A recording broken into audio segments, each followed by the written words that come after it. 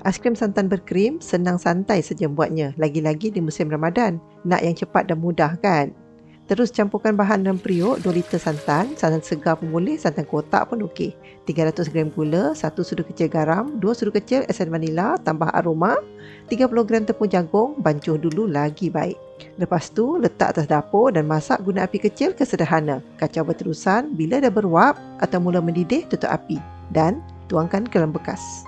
Bila dah sejuk, tutup bekas kemas-kemas dan simpan dalam peti ais selama 8 ke 10 jam. 10 jam berlalu, keluarkan dari peti ais, potong aiskrim ke saiz kecil-kecil. Masukkan ke dalam blender dan blend untuk dapatkan tekstur yang lebih halus. Selepas blend, masukkan dalam cawan atau bekas yang kita inginkan. Saya guna cawan 8 ons, tapi kalau suka hidang scoop, boleh bekukan dalam kontainer. Nak aiskrim lebih sedap, taburkan kacang tumbuk ataupun coklat rice yang berwarna-warni, lagi menarik buat anak-anak. Bekukan lagi hingga set. Siap. Senang tak senang? Aiskrim apa lagi yang sedap? Sila komen.